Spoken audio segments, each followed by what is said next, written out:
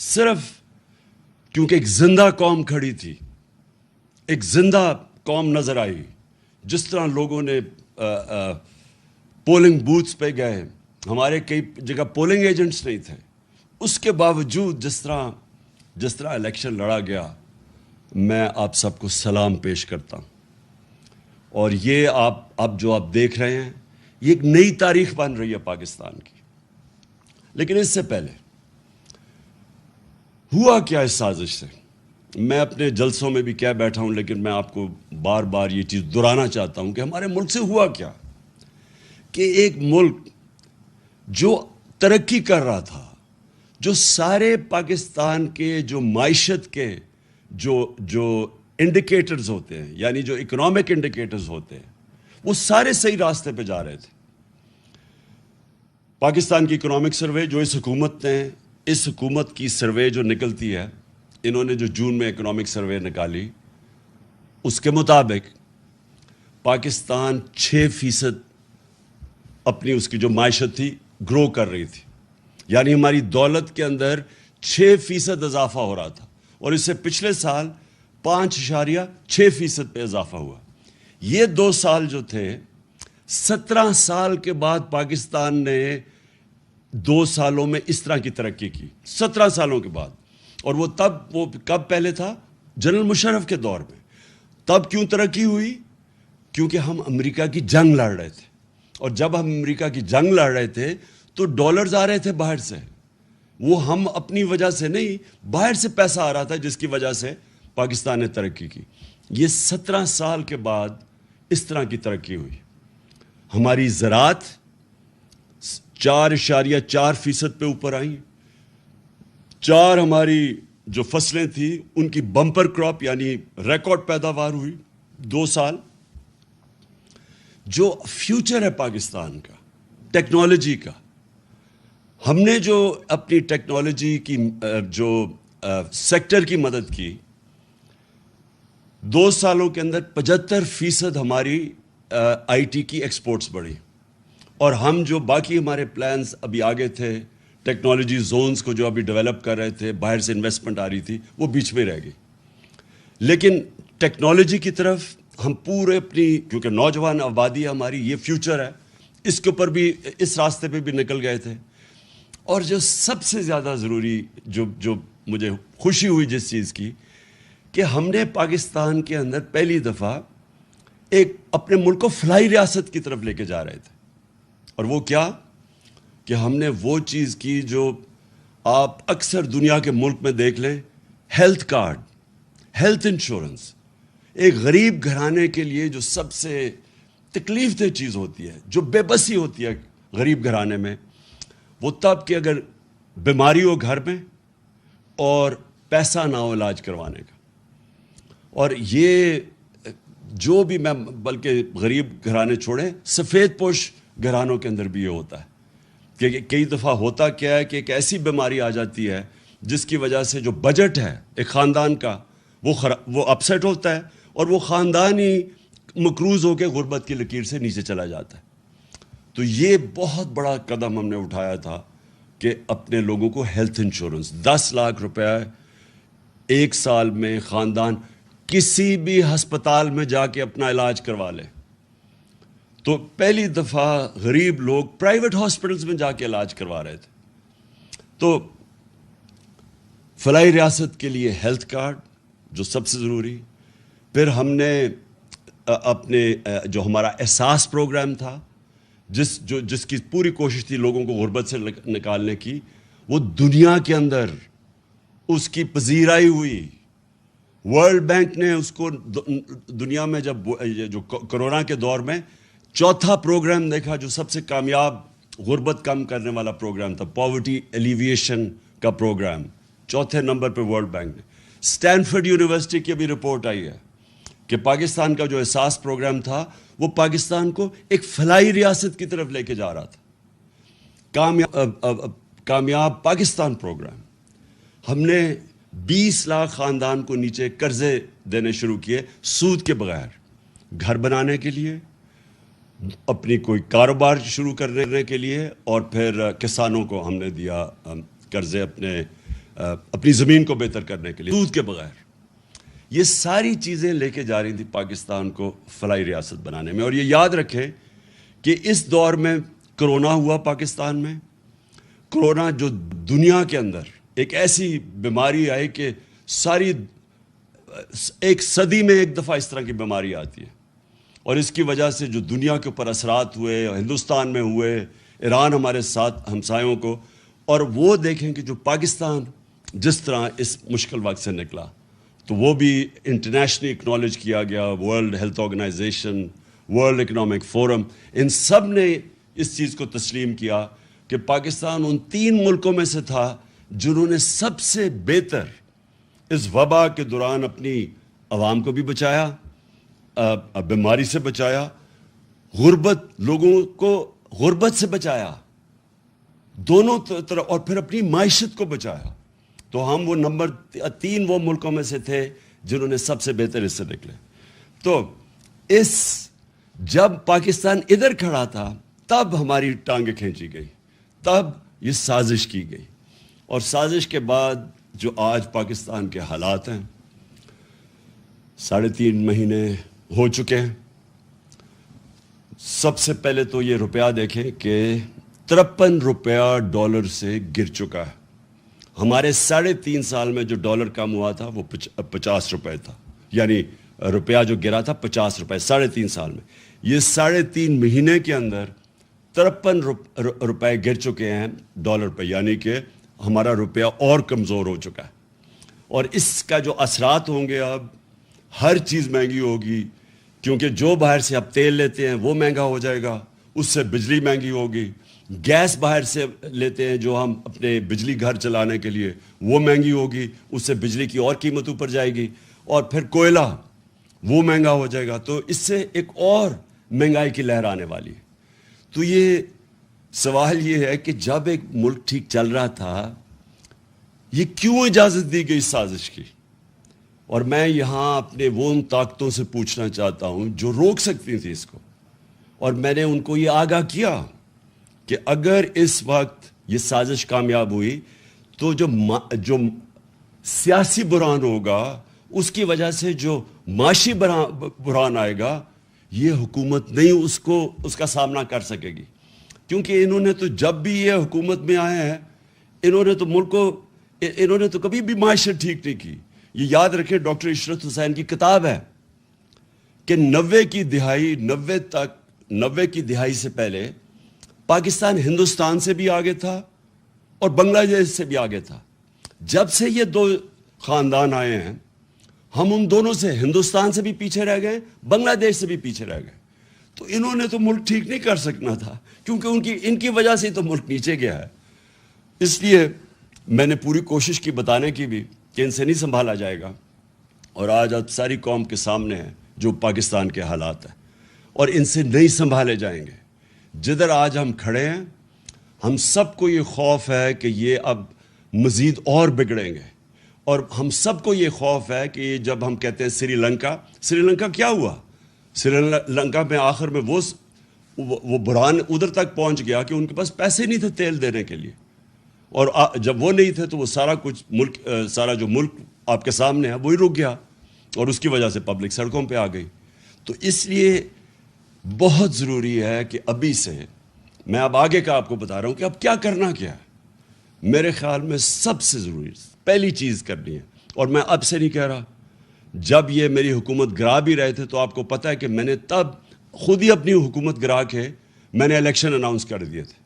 مجھے تب بھی پتا تھا کہ ایک ہی طریقہ ہے کہ بجائے باہر سے کوئی سازش کر کے ہماری حکومت گرائے، ہمارے لوگ فیصلہ کریں کہ کس نے پاکستان کی قیادت کرنی ہے. کیوں کوئی بیرونی سازش کے تحت کوئی آ کے ہمارے اوپر بیٹھ جائے؟ تو لہٰذا میں نے تب بھی خود ہی فیصلہ کر کے اپنی گورنمنٹ گرا دی تھی اور الیکشنز اناؤنس کر دیے تھے. آج بھی میں یہ کہہ رہا ہوں، اور میں کہنا چاہتا ہوں کہ تب اگر الیکشن کروا دیے جاتے تو آج پاکستان کو اس بحران کا سامنا نہ کرنا پڑتا. میں آج یہ کہہ رہا ہوں کہ ایک ہی راستہ ہے آگے ہمارے، صاف اور شفاف الیکشن. جب میں صاف اور شفاف الیکشن کہتا ہوں تو یہ بڑا ضروری ہے سمجھنا. وہ الیکشن نہیں جو ابھی پنجاب میں کرایا گیا یا وہ جو بھی لوکل گورنمنٹ الیکشن کروایا گیا سندھ کے اندر. اس طرح کے الیکشن سے کوئی فائدہ نہیں ہونا. اس سے مزید بحران اور بڑھے گا, اس سے ملک میں انتشار بڑھے گا. صرف ایک راستہ ہے, ایک نئی الیکشن کمیشن تشکیل دی جائے. ایسے الیکشن کمیشن کے ممبرز بنائے جائیں جن کو سب کو اعتماد ہے. ہمیں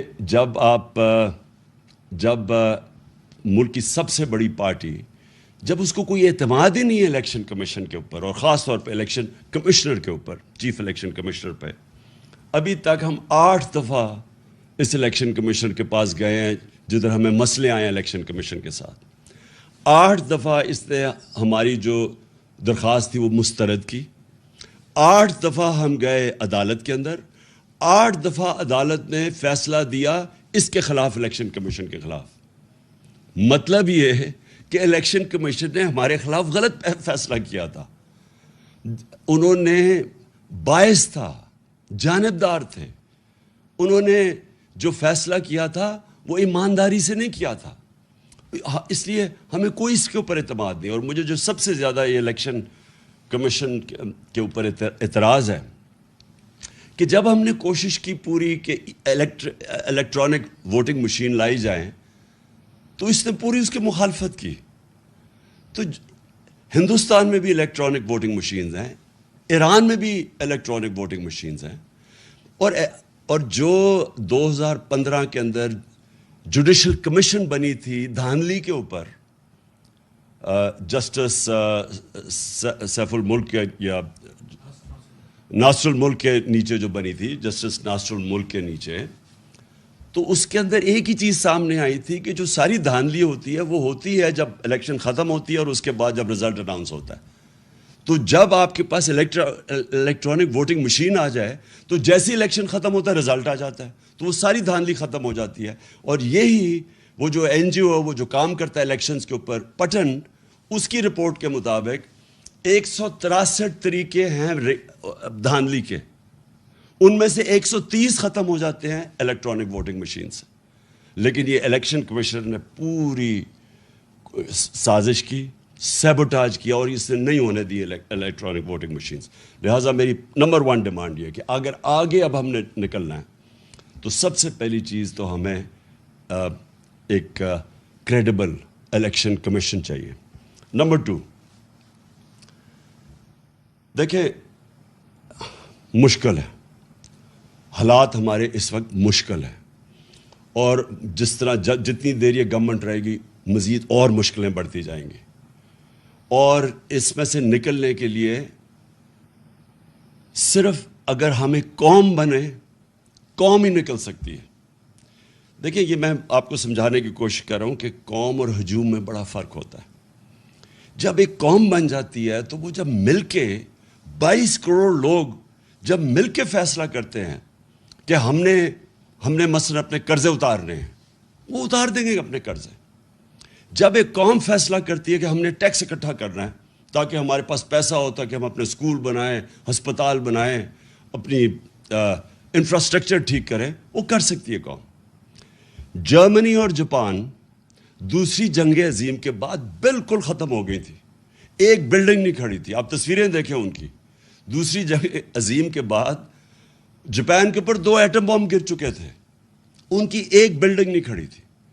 لیکن کیونکہ وہ قومیں تھیں, قوموں نے مل کے 10 سالوں میں وہ پھر سے کھڑے ہو گئے. تو ہم تو اللہ نے اس ملک کو اتنا زیادہ دیا ہے کہ ہمیں, آپ کو بھی نہیں اندازہ کہ اس نے کتنی نعمتیں بخشی ہیں. لیکن وہ ہم تب تک, جب تک ہم قوم نہیں بنتے, ایک قوم بن کے ہم اس کا مقابلہ نہیں کرتے, ہم ان نعمتوں کا نہیں فائدہ اٹھا سکیں گے. ہم جب, مجھے بڑی اچھی طرح یاد ہے جب زلزلہ آیا پاکستان میں 2005 اور 2010 میں جب سیلاب آیا, کیونکہ میں کام کر رہا تھا, ریلیف ورک کر رہا تھا, میں لوگوں کے بیچ میں تھا, تو جو اگر دیکھنا تھا, اگر اس کی آپ کو کسی نے سٹوریز لکھی ہوں, تو جب قوم نے مل کے ان دونوں بحران, زلزلے کا اور سیلاب کا, ہمیں کوئی سیلاب میں تو ہمیں امداد بھی کسی نے نہیں دی. انہوں نے کہا آصف زرداری اوپر بیٹھا ہوا ہے, یہ ہم کوئی پیسے نہیں اسے دیں گے کیونکہ یہ اس کے پیسے سیدھے ملک سے باہر چلے جائیں گے. پیسے بھی نہیں ملے, لیکن ہر پاکستانی نے شرکت کی. بیرون ملک پاکستانی مجھے انوائٹ کر کر کے پیسے دیتے تھے کہ آپ یہ سیلاب زدہ لوگوں کی مدد کریں, اور ہم اس سے نکل گئے کیونکہ قوم سب کچھ کر سکتی ہے. تو ابھی بھی جو اب سامنے ہمارے راستہ ہے, اس میں باحیثیت ہم قوم مقابلہ کر سکتے ہیں. اور جو سب سے پہلے میرا جو پلان بنا ہوا ہے کہ اگر ہمیں حکومت ملتی ہے تو ہم کیا کریں گے, میں سب سے پہلے اپنے بیرون ملک پاکستانیوں کو موبلائز کروں گا. دیکھیں میرے پاکستانیوں, ایک چیز سمجھیں, ہمیں اندازہ ہی نہیں ہے کہ ہمارا کتنا بڑا اثاثہ ہے بیرون ملک پاکستانی. ہم نے آتے ساتھ ہی ان کی تھوڑی سی مدد کی کہ یہ جو پیسے بھیجتے ہیں, ریمیٹنسز بھیجتے ہیں, جو ہمارے لوگ باہر کام کرتے ہیں, ہم نے کوشش کی کہ بینک کے تھرو بھیجیں.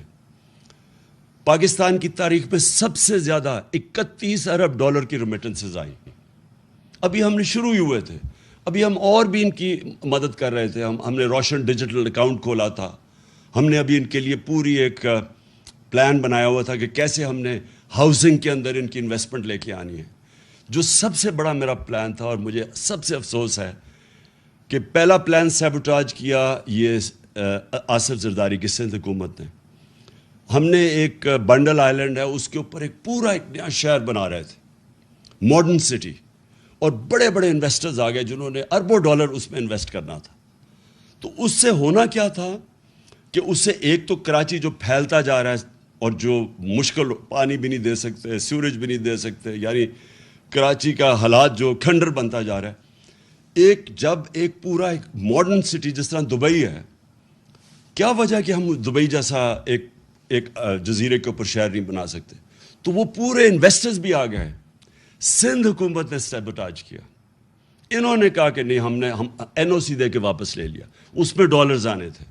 دوسرا جو راوی سٹی ہے, راوی سٹی لاہور کو بچانے کے لیے پرانا پلان ہے کوئی 15-20 سال کا. اس کے لیے بھی لوگ آ گئے, انویسٹرز تیار, ابھی بھی انویسٹرز ہیں, پتہ نہیں ابھی وہ, کیونکہ جب سے ہماری حکومت گئی ہے مجھے نہیں پتا, وہ بھی آ گئے. ایک عدالت نے 1 سال سٹے آرڈر دے دیا, آگے بڑھ نہیں رہا تھے ہمیں. تو رکاوٹیں تھی, لیکن اگر دونوں جگہ پیسہ آ جاتا تو آج یہ جو ہمارا روپیہ گر رہا ہے یہ روپیہ نہ گرتا, کیونکہ ہمارے پاس ڈالرز آ جانے تھے باہر سے. تو کہنے کا مقصد یہ کہ اس طرح کے اور ہمارے پلانز ہیں. جو بیرون ملک پاکستانی ہیں وہ سب سے پہلے, اگر ہم ان کے لیے جو پیکیج میں تیار کر رہا ہوں, ہم جب ان سے جب پیسہ آئے گا تو جب تک ہماری ایکسپورٹس اوپر جاتی ہے, کیونکہ اس وقت ہماری امپورٹس زیادہ ہے, ایکسپورٹس کم ہے, اور ہماری ریکارڈ ہمارے دور میں سب سے زیادہ ایکسپورٹس ہوئے تھے. تو جب تک ہماری ایکسپورٹس امپورٹس کے ساتھ نہیں ملتی, تب تک ہم بیرون ملک پاکستانیوں سے ڈالرز منگوا کے تو یہ پورا کریں گے, جو گیپ پورا کریں گے, تاکہ ہمارے روپے پہ پریشر نہ پڑے جو روپیہ گرتا جا رہا ہے. تو پہلی چیز تو میری یہ ہے کہ ہم نے اپنے بیرون ملک پاکستانیوں کو پوری طرح اس ملک کی جو ہم اس بحران سے نکالیں گے, پوری طرح ان کی ہم مدد لیں گے, اور ان کا جو اربوں ڈالر ان کے باہر پڑے ہیں, یہ محنت کش لوگ ہیں, ان کا انشاءاللہ پیسہ لے کے آئیں گے. یہ کبھی بھی پیسہ جو ابھی حکومت میں بیٹھے ہیں کبھی ان کو پیسہ نہیں دیں گے. کیوں نہیں وہ پیسہ دیں گے؟ ابھی ریمیٹنسز نیچے چلی گئی ہیں, کیوں نہیں دیں گے؟ کیونکہ ان کو کہتے ہیں پیسہ پاکستان لے کے آؤ, اور یہاں سے ہی اپنا پیسہ باہر نکال دیتے ہیں. یعنی یہ کس طرح کی لیڈرشپ ہے کہ خود اپنے ان کے اربوں ڈالر باہر پڑے ہوئے ہیں, اور دوسروں کو کہتے ہیں کہ پاکستان میں آ کے پیسہ انویسٹ کرو. کیوں بیرون ملک پاکستانیوں نے اتنے بڑے مظاہرے کیے ان کے خلاف؟ جب ہماری حکومت گرائی ہے, کبھی پاکستان کی ہماری تاریخ میں بیرون ملک پاکستانی اس طرح کبھی نکلے ہی نہیں باہر مظاہرہ کرتے ہوئے. کیوں وہ نکلے ہیں؟ کیونکہ ان کو پتہ ہے کہ ان کی اربوں ڈالرز کی پراپرٹیز باہر پڑی ہوئی ہیں. تو ان کو کہتے ہیں پاکستان میں پیسہ انویسٹ کرو, یہاں سے پیسہ چوری کر کے باہر لے جاتے ہیں. تو ان کے ہوتے ہوئے کوئی باہر سے پیسہ نہیں آنے لگا, اس لیے یہ ہاتھ پھیلا کے پھرتے ہیں کبھی کسی ملک کے پاس. اور یہ واقعی اس قوم کے لیے شرمندگی ہے کہ ہمیں میرے دور میں جو مجھے سب سے شرمندہ ہونا پڑا کہ جب یہ خزانہ خالی چھوڑ کے چلے گئے تھے. آپ کو پتہ ہے سب سے بڑا خسارہ یہ چھوڑ کے گئے تھے کرنٹ اکاؤنٹ ڈیفیسٹ جسے کہتے ہیں 2018 میں. تو مجھے مجبوراً جانا پڑا اپنے دوست ملکوں کے پاس پیسہ لینے کے لیے. تو بڑا شرم آتی ہے، حالانکہ میں 30 سالوں سے شوکت خانم کے لیے پیسے اکٹھے کرتا ہوں، لیکن جب میں پاکستانیوں سے پیسے اکٹھے کرتا ہوں مجھے شرم نہیں آتی، کیونکہ پاکستانیوں کا ہاسپٹل ہے. لیکن جب کسی باہر والے سے جس طرح مجھے پیسہ مانگنا پڑا پاکستان کے لیے، میں آپ کو یقین دلاتا ہوں کہ یہ میرے لیے تو شرم مجھے آتی ہے، لیکن یہ ہمارے ملک کے لیے برا ہے. وہ پاکستانیوں کی عزت نہیں کرتے جس ملک کے سربراہ جا کے دنیا سے پیسے مانگتے ہیں. اس لیے انشاءاللہ اس بار ہم نے پلان بنایا ہوا ہے کہ ہم نے صرف اپنے بیرون ملک پاکستانیوں سے پیسہ اکٹھا کرنا ہے، اور ان کے پاس اتنا پیسہ ہے کہ ہمیں کوئی IMF کے پاس جانا نہیں پڑے گا انشاءاللہ. دوسری چیز دیکھیں، پاکستان کا جو سب سے بڑا مسئلہ ہے وہ ہے جس کو انگریزی میں کہتے ہیں رول آف لا، مطلب انصاف، مطلب قانون کی حکمرانی، مطلب کہ قانون کے سامنے سب ایک برابر. اصل میں جو ہمارے نبی صلی اللہ علیہ وسلم کی جو ایک حدیث ہے وہ سب کچھ کہہ جاتی ہے کہ تمہارے سے پہلے بڑی قومیں تباہ ہوئیں، جو طاقتور ڈاکو چوری کرتا تھا اس کو نہیں پکڑتی تھی اور کمزور کو جیل میں ڈال دیتی تھی، اور یا میری بیٹی بھی اگر چوری کرے گی تو اس کو سزا ملے گی. یعنی کوئی قانون سے اوپر نہیں ہے. یہ سب سے بڑی جنگ ہے پاکستانی. میرے پاکستانیوں سمجھ جاؤ، یہ ہے اصل جہاد اس ملک کی. جب تک اس ملک میں ہم انصاف نہیں قائم کریں گے، جب تک کہ یہ طاقتور ڈاکو ملک میں دندناتے پھریں گے، اور جب بھی ان کو کوشش ہوگی ان کو قانون کے نیچے لانے کی، یہ بلیک میل کریں گے، دھمکیاں دیں گے. یہ انہوں نے کیا تماشا کیا کل ہماری سپریم کورٹ کے ساتھ. سپریم کورٹ ایک چھوٹا سا سوال پوچھ رہا تھا، چھوٹا سا سوال تھا کہ صرف یہ بتا دو کہ کہاں، اور سپریم کورٹ کی رولنگ کو وہ کی بات تھی، وہ سپریم کورٹ یہ کہہ رہا تھا ایک جگہ ہمیں بتا دو کہ کیا پارٹی ہیڈ فیصلہ کرتا ہے یا پارلیمنٹری ہیڈ فیصلہ کرتا ہے. بس یہ تھا. کیونکہ پارلیمنٹری ہیڈ نے فیصلہ کیا تھا اور پرویز الہی جیت گیا تھا، یہ کہہ رہے تھے کہ نہیں جی پارٹی ہیڈ جس کو انہوں نے آصف زرداری گیا اس کو شام کو مل کے، اور اس نے اس کو کہا کہ جی پارٹی ہیڈ نے دوسرا فیصلہ کر دیا. اب قانون کے اندر واضح سب کو ہے، کسی وکیل سے پوچھ لیں کہ کسی صورت یہ جو یہ کہہ رہے تھے وہ غلط تھا کہ پارٹی ہیڈ کا نہیں فیصلہ تھا، یعنی چودھری شہزاد کا فیصلہ نہیں تھا. کیا کیا انہوں نے نہیں کیا عدلیہ سے. سارے وہ ایک سے ایک بڑا ملک کا ڈاکو بیٹھ گیا ٹیبل پہ، اور ایک سے ایک شروع ہو گیا برا کوئی عدالتوں کو برا بھلا کہنا، تھریٹن کرنا، یعنی دھمکیاں دینا. اور یہی تھا جب نواز شریف کے یہ جو مریم کے نام پہ یہ جو فلیٹ پکڑے گئے پینما میں، یہ تو بیرونی انکشاف ہوا تھا. پینما کے جب جج بیٹھے ہوئے تھے وہ ایک ہی سوال پوچھتے رہے کہ یہ بتا دو کہ پیسہ، آپ نے کہا ہاں ہمارے یہ 4 بڑے بڑے محلات ہیں، بس یہ بتا دو کہ پیسہ کدھر سے آیا خریدنے کا. وہ جواب نہ دے، سارے دنیا کی جواب دیتے رہے. اور وہ یہ بات صرف یہ کہنے کی، یہ قانون کے اوپر سمجھتے ہیں اپنے آپ کو. یہ سمجھتے ہیں کہ یہ قانون صرف کمیوں کے لیے ہے، یہ صرف عام لوگوں کے لیے قانون ہے، ہم کوئی بہت ہی خاص چیز ہے جو قانون سے اوپر ہے. اور یہ سب سے بڑا مسئلہ ہے پاکستان کا.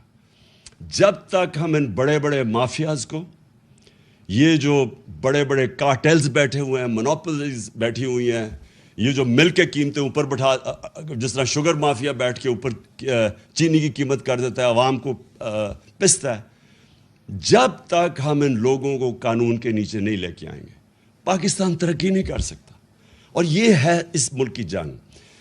آج سے 26 سال پہلے میں نے جب اپنی پارٹی اناؤنس کی تھی تحریک انصاف، اس کا مطلب ہی یہ تھا، کیونکہ میں تو باہر دنیا میں دیکھ لیا تھا، میں تو برطانیہ میں یہ جو قانون کی حکمرانی دیکھ لی تھی، وہاں تو کوئی قانون کے اوپر نہیں ہے. آپ یہ سوچیں کہ ان کا پرائم منسٹر بورس جانسن بھاری اکثریت سے جیتتا ہے الیکشن، اس کی پارٹی اس کو نکال دیتی ہے. کیوں نکالتی ہے؟ صرف ایک چیز سے. انہوں نے کہا سب کے لیے قانون تھا کہ کورونا کے دوران آپ نے اکٹھے نہیں ہونا, تو آپ کیوں اکٹھے ہو گئے؟ اس چیز کے اوپر اس کو نکال دیتے ہیں. یہاں اربوں روپے کی پراپرٹیز ان کی باہر پکڑی جاتی ہیں, جواب دے نہیں سکتے, اور وہ لیڈر بنے ہوئے ہیں. اور اس کی دو وجوہات ہیں. سب کہ اس ملک کے اندر ہم نے آنے نہیں دی قانون کی حکمرانی. یا ملٹری ڈکٹیٹرز تھے, وہ ویسی قانون کے اوپر تھے, وہ ویسی قانون توڑ کے آتے تھے. پچھلے 62 سال میں آدھا وقت ملٹری ڈکٹیٹرز رہے ہیں اور آدھا وقت یہ دو خاندان رہے ہیں. اور یہ دو خاندان جب بھی ان کو کوشش کرتے ہیں, ان کے کرپشن کیسز, یہ سارا وقت یا تو ملک سے باہر بھاگ جاتے ہیں, اور یا پھر یہ سارا وقت یہ کہتے ہیں کہ جی آپ کی جرت کیسے پڑی کہ ہمیں قانون کے نیچے لانے کے لیے.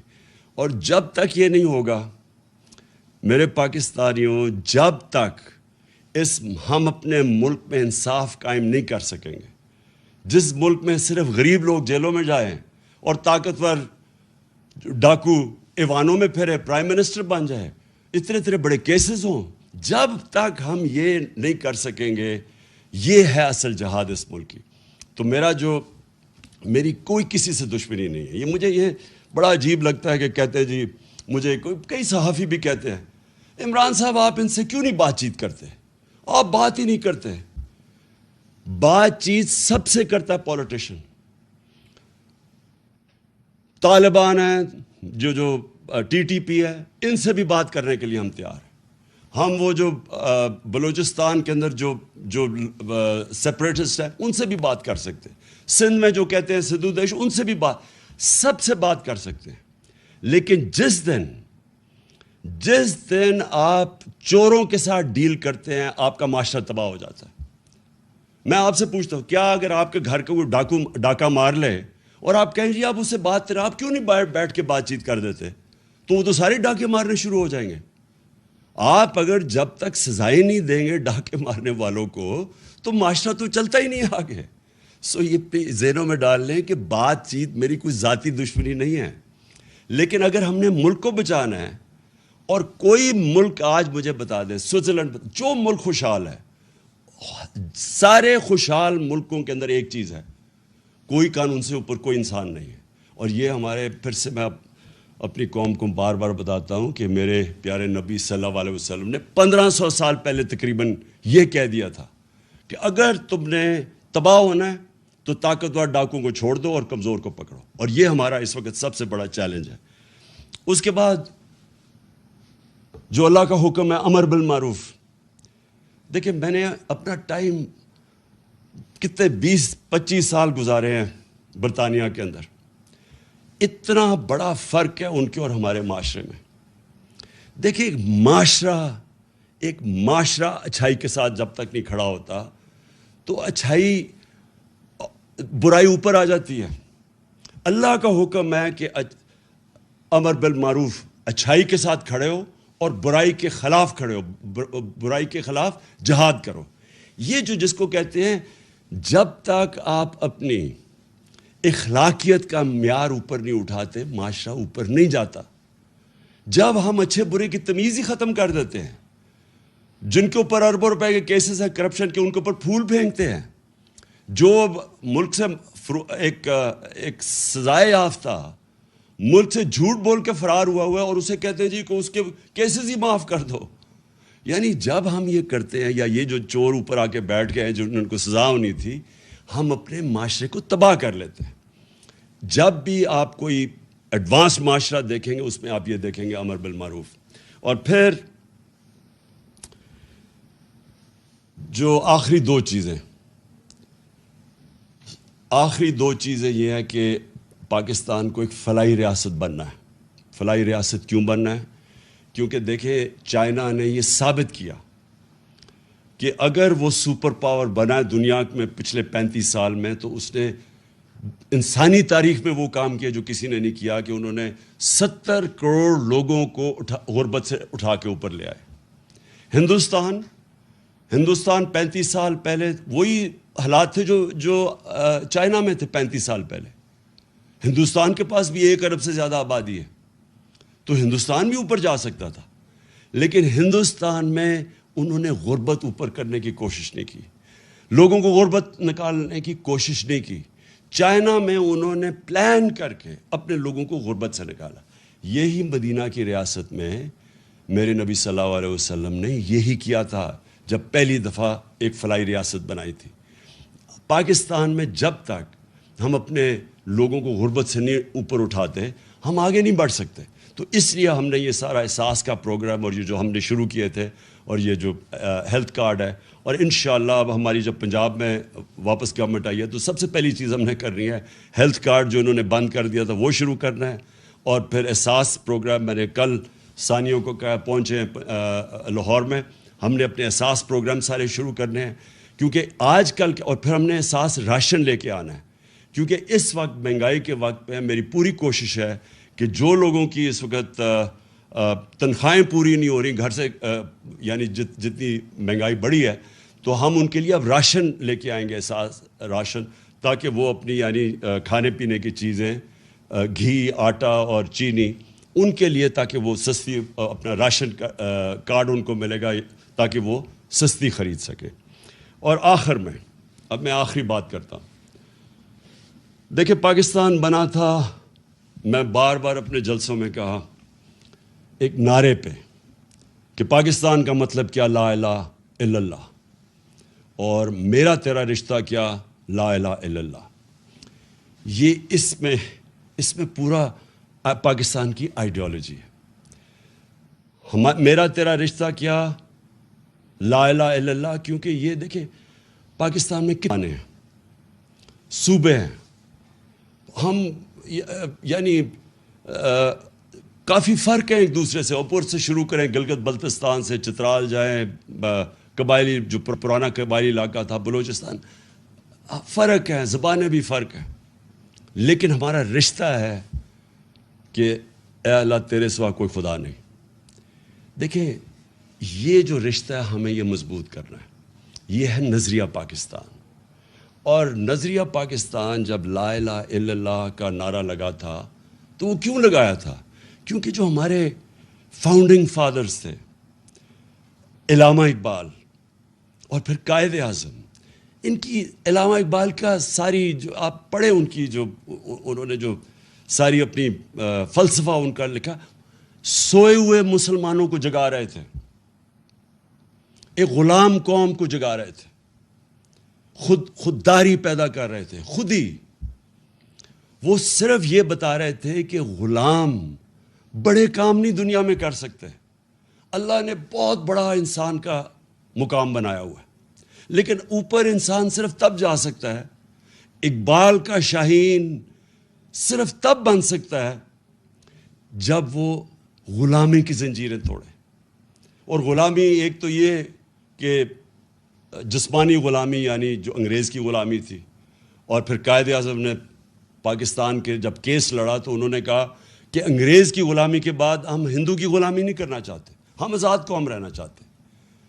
تو دوسرا اس کی غلامی وہ ذہنی غلامی ہے، اور وہ بھی وہ لا الہ الا اللہ وہ ذہنی غلامی ختم کرتا ہے۔ جو سب سے بڑی زنجیر ہمیں ہماری پرواز کو روکتی ہے وہ خوف کی زنجیر ہے۔ جو انہوں نے 25 مئی کو ہمارے اوپر جو خوف طاری کرنے کی کوشش کی تاکہ ہم سارے چپ کر کے بیٹھ جائیں گے، یہ سب سے بری زنجیر ہوتی ہے۔ انسان ڈر کے غلامی بھی قبول کر لیتا ہے، خوف اس کے کیا ہوتا ہے کہ میں مر نہ جاؤں، کہ مجھے مار نہ دیں۔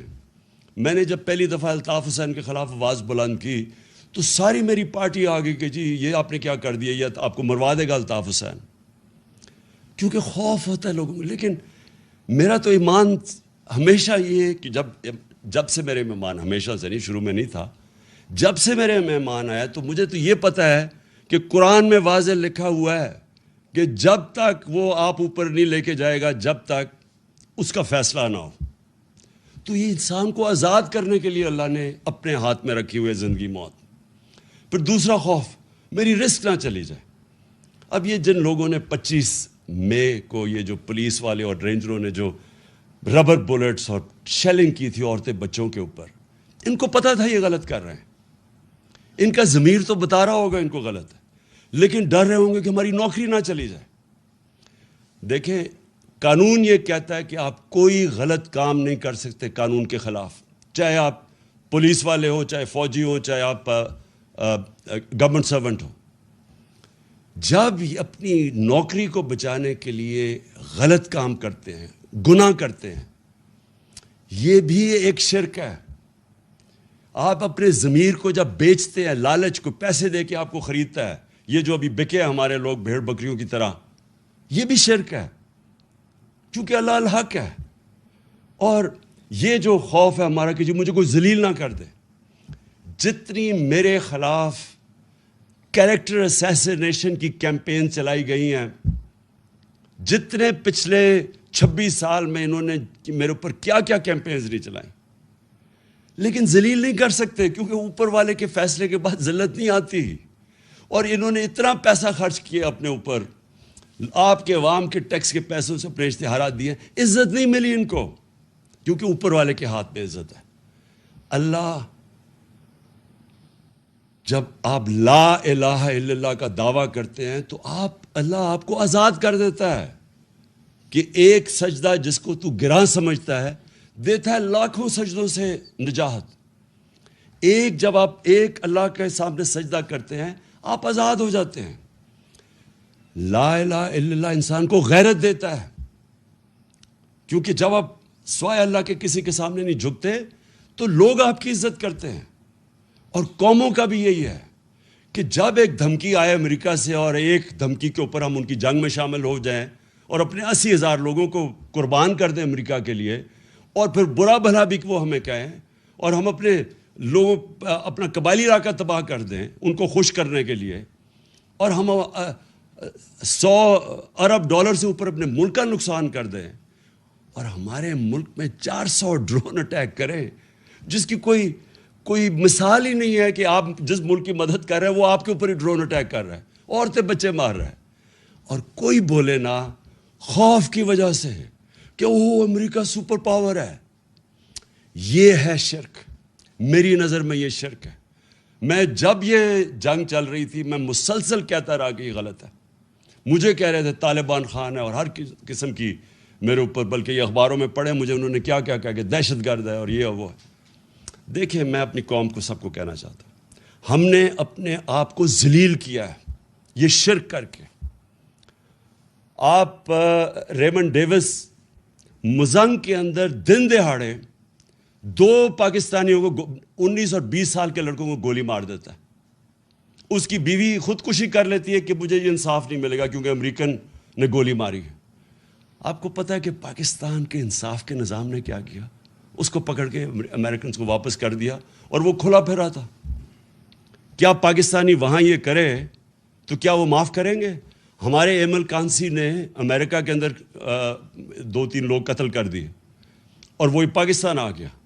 انہوں نے پاکستان آ کے ہمارے قانون کے یعنی ہماری عدالتوں کے بغیر یہاں سے آ کے اغوا کر کے لے گئے اور ہم نے ان کی مدد کی اغوا کرنے کے لیے.